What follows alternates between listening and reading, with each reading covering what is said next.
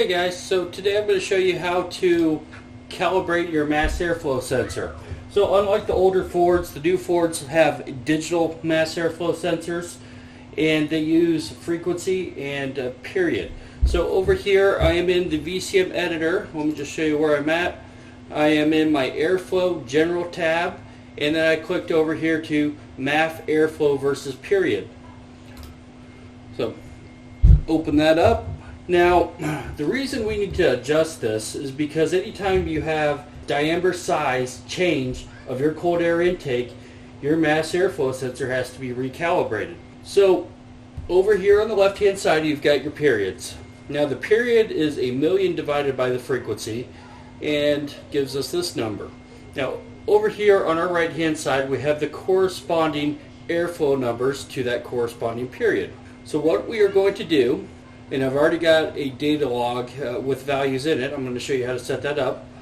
We're going to take the short-term fuel trims from this data log, and then we're going to apply it into this tune here. And we're going to correct the mass airflow values. Now there's a couple things we have to change in the editor, and there's a few things we have to change in our VCM scanner. I'm going to close out of this for now. Actually, before I close out of this, I'm going to show you this. So you click over here onto your periods, and then you do Control All. You just select all these values.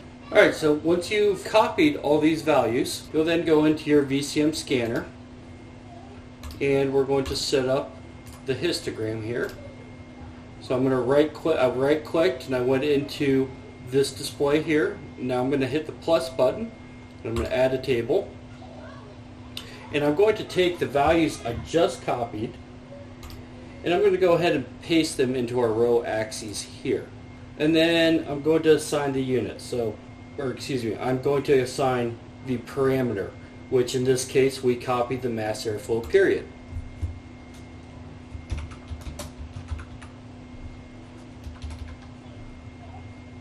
Right there, mass airflow period. So I'll double click on that.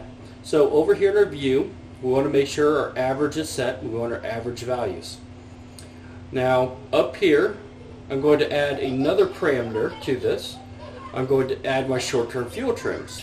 Well, we're using our short-term fuel trims to calibrate our airflow to correct our fueling. So our goal is to try to get as close to zero of a correction as possible on our fueling.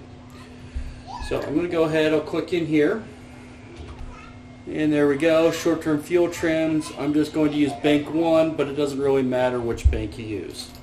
Okay, so that's going to be set as a %. I'm going to label this just MAF, and then I'm going to say I want to carry this 3 decimal places.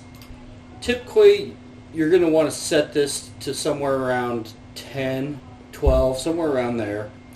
Now shading, I'm just going to put this as 5, and I'm going to make that red right there. And then I'm going to put this -5. And I'm going to make it just a blue color here. Okay, so we've got it set up to data log this. Just to recap, we took the periods from our VCM editor, from our MAF versus periods in the editor, and we pasted them here. We selected our mass airflow period here, and we came over here and we selected short-term fuel trim bank 1s, and we're viewing the average data of this. Okay, so that's all set up. Now you can see it right here, and like I said, this data log has already been done. It was in the past, and I know I know that these values are in this particular data log because they're in one of our channels. So I'm going to go over here. This is what we just set up, and there it is. We have the short-term fuel corrections there. Now I'm going to show you the cell hit function here, and watch the values right here. Watch our short-term fuel trims as I adjust the cell hit requirement. I'm going to set this to 5. You see that? So some of those middle section values didn't receive 5 cell hits.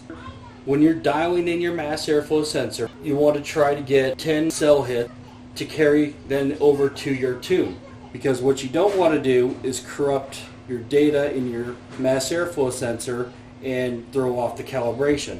So our goal is to put good data into the computer of the car so it can do what it needs to do to give us the right fuel trims and work its magic. So, but just for this example, I am just going to put one. And there are instances you might only need 1 or 2 cell hits, maybe just a short wide open throttle hit.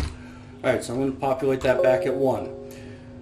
Now, right here, you can see we've got the average values were selected, and then over here is a count, so you can see the counts. And the count here shows you those cell hits. And you see right here, I spent a lot of time in this period range here.